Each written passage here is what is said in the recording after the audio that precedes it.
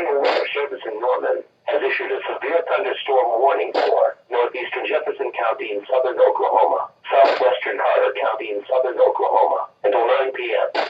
At 8:01 p.m., a severe thunderstorm was located near Hilton, moving east at 10 miles per hour. Hazard, ping-pong ball size hail with 60 miles per hour wind gusts. Source, radar indicated. Impact, people and animals outdoors will be injured. Expect hail damage to roofs, siding, windows, and vehicles. Expect wind damage to roofs, siding, and trees. Locations impacted include Moon Grove, Hilton, Wilson, Wheeler, Graham, and Milo. A tornado watch remains in effect for the warned area.